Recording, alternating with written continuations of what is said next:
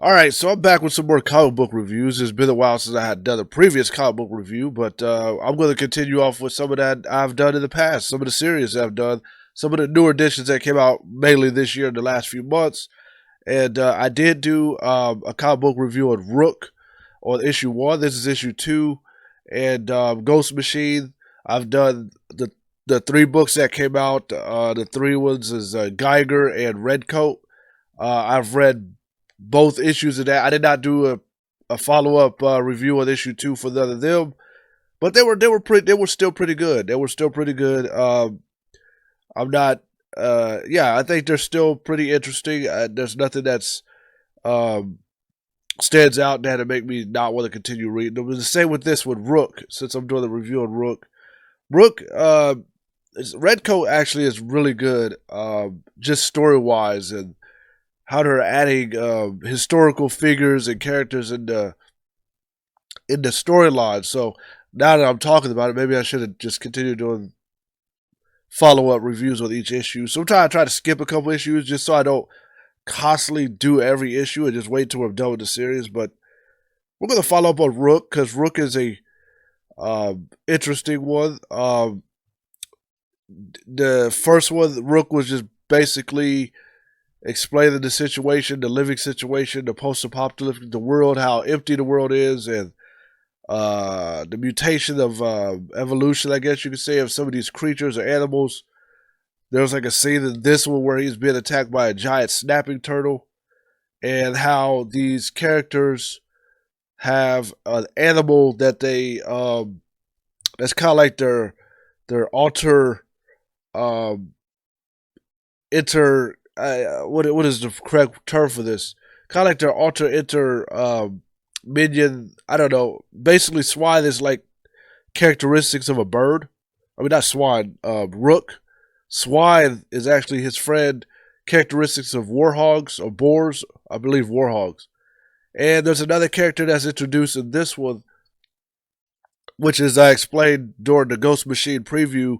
Direwolf. Direwolf is a woman that has two wolves, just like Rook has birds, and Swine has the warhogs that follow him around, and they have the mask that emulates the image of the characters that they are. However, in issue 1, Swine was attacked at the end of it, and he was ambushed and in danger. So Rook is looking for Swine and trying to figure out what's going on. They made a deal that he if Swine or him gets in any trouble, they say give it a certain amount of time before they ask for help, and that amount of time has been gone, and he has not found the help. So Rook was searching for some energy or something that he tracked it on his radar to add to his rockets out of the water. He was attacked, like I said, by a giant snapping turtle. However, Direwolf found him. They've known each other from the past. They were meant to be more than friends, but they knew due to their titles or what they do, it was unprofessional for them to even go to that route. But, however, she's going to help him. He's going to help her. They're trying to figure out what's going on. So there is another introducing character as an enemy in this. I don't know the guy's name. Well, I think, did they say his name?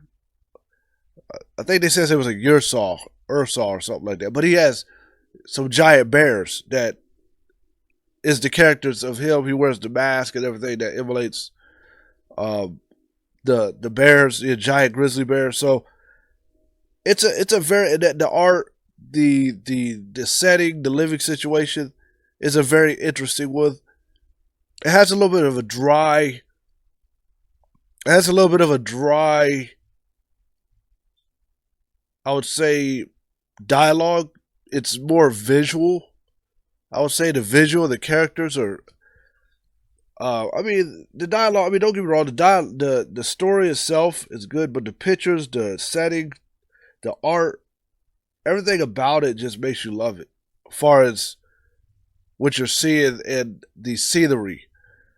But I think storyline wise, it could be a little bit more interesting, far as to keep you locked in on the story itself more than just the images. So, but I mean, I'm not no disappointment. I like it. It's still rolling. It's still rolling. So that's Rook Exodus through Image Comics, through Ghost Machine, and there's more to come through Ghost Machine. And yeah, so I'm going to continue with the Ghost Machine trilogy series, whatever they got going on, and we're going to keep that going. So, all right, so continuation. Here's some more continuation. ThunderCats. ThunderCats is obviously a book that I mean, well, I'll say book, but I also say a cartoon animation that I grew up to, born in the 80s.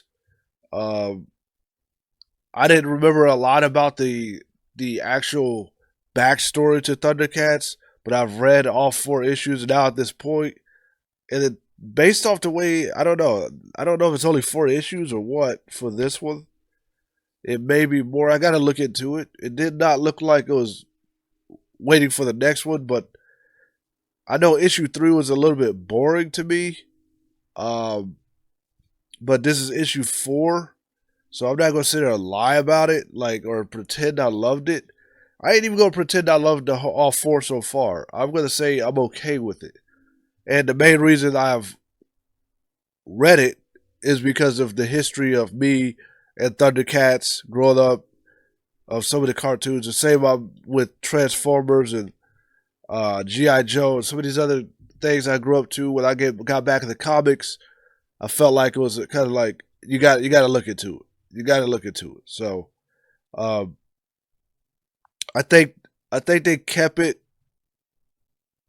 too close to the cartoon based on the way the dialogue, the story is. They didn't make it like adult.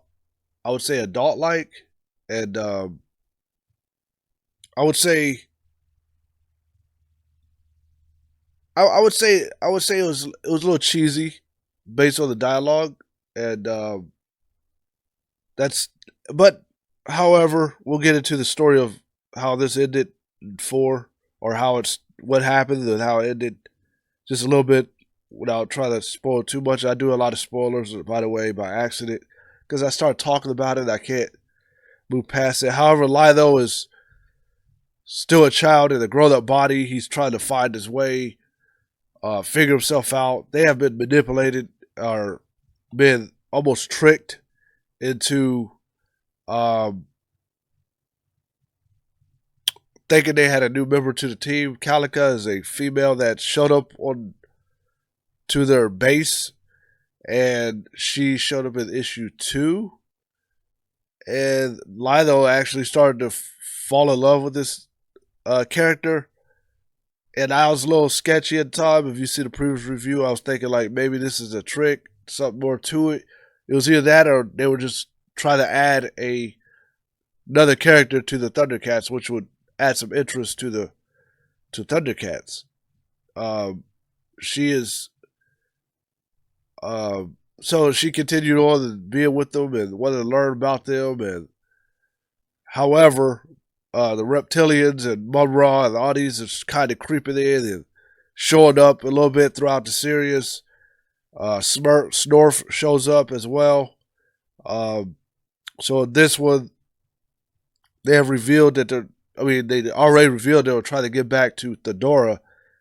However, they're on Third Earth. They're starting to realize that it's not happening, that Thedora's been wiped out. So they need to make this their home. So Munra has summoned an attack on the ThunderCats, or at least not necessarily. I would say more to get closer to Litho, and that's where Litho starts to realize that they have been watched the whole time. I'll try not to tell too much if you haven't read this series. However, there's a small fight between Mumra and Lino, but it didn't last long, obviously, because Mumra is a very powerful character. And Lino is a young cub in a grown up body, so he's not quite who he is yet. But now he's starting to feel like, all right, now I understand. I'm going to be the leader. I have finally have reached a maturity level where I'm going to be a leader. Now, there's an interesting page in this, by the way. If I can find it, I'll share it. There is an interesting.